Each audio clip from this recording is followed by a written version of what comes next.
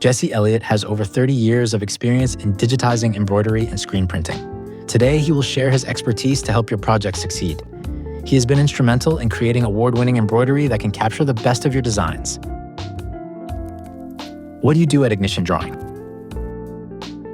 At Ignition Drawing, we digitize embroidery files and vectorize artwork for the screen printer and the embroiderer.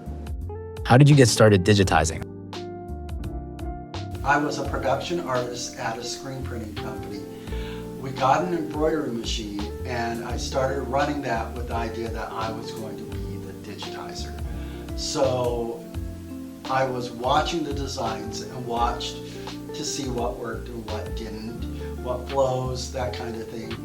I was already familiar with fabric types, so it was a fairly easy transition for me. I just had to learn the software. How can someone get started as a digitizer? So what I recommend is to watch and learn. Use other designs. Look at the flow. Compare it to the final product.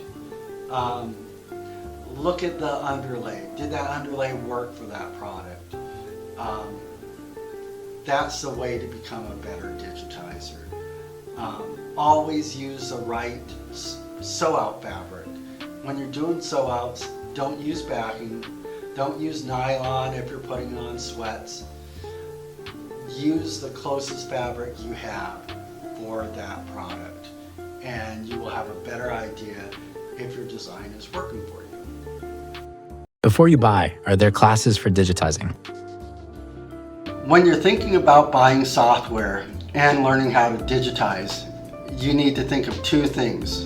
One, I need to learn the basics. What density, what pull comp, what underlay do I need to use for this type of fabric like fleece?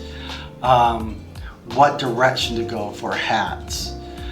Those are the basics you need to learn. Then there's also learning the software. Every software is a little bit different, so it's good to kind of get both of those knowledges figured out. Joyce, the embroidery coach, does a great job of teaching you the fundamentals, and they also teach on pulse, I believe, so it's kind of two birds with one stone if you have pulse. How do you digitize for appliques? Everyone does appliques a little bit differently and has a different idea of what an applique does. But the basics are, you first start with a run stitch that goes around the perimeter of the patch, and then you have the machine stop, you place the patch down, and then you usually have another run stitch or a zigzag go around to attach that file. And if necessary or your desire, you can also have a satin stitch. Patches like mirrored patches just need that run stitch that goes around attaching the file. What are the biggest changes you have seen in the embroidery industry?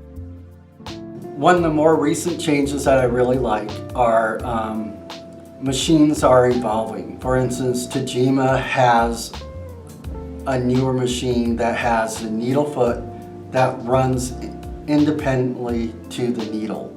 So it goes down, stabilizes that fabric, then the needle goes in, and then the needle comes up, and then the needle foot goes up, which means a lot less movement, a lot less shaking of the fabric, so a better quality. Why are DST files hard to edit? DSTs are machine files. Software files are easier to edit because, for instance, a segment will have the underlay, the pull comp, all as one segment. When you look at a DST file, that segment is now broken into several different parts. So if you edit one part, you need to edit the other part, but all individually. And it gets to be a little head scratcher to find the right spot. The other thing, it doesn't retain the color information, so it's a little harder to find. If you have a lot of stops, it's hard to find the right spot. Is puff digitized differently than for flats?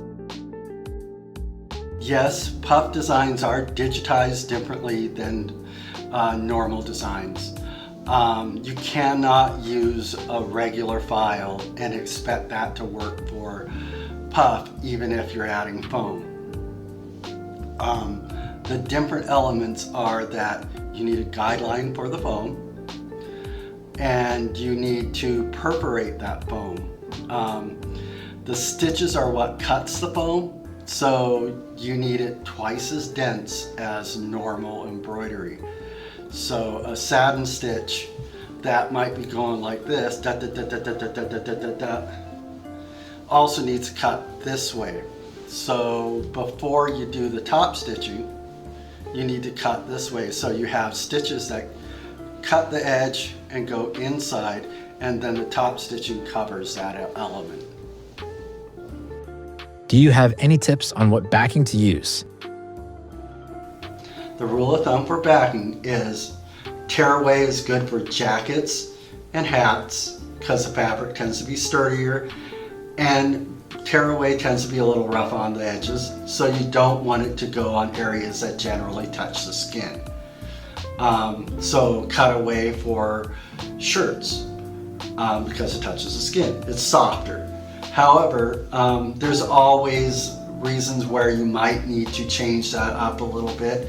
You might not want to have a whole bunch of layers of cutaway on a thin performance wear shirt because it might hang and look unsightly. So you have to adjust here and there, but that's the basic rule.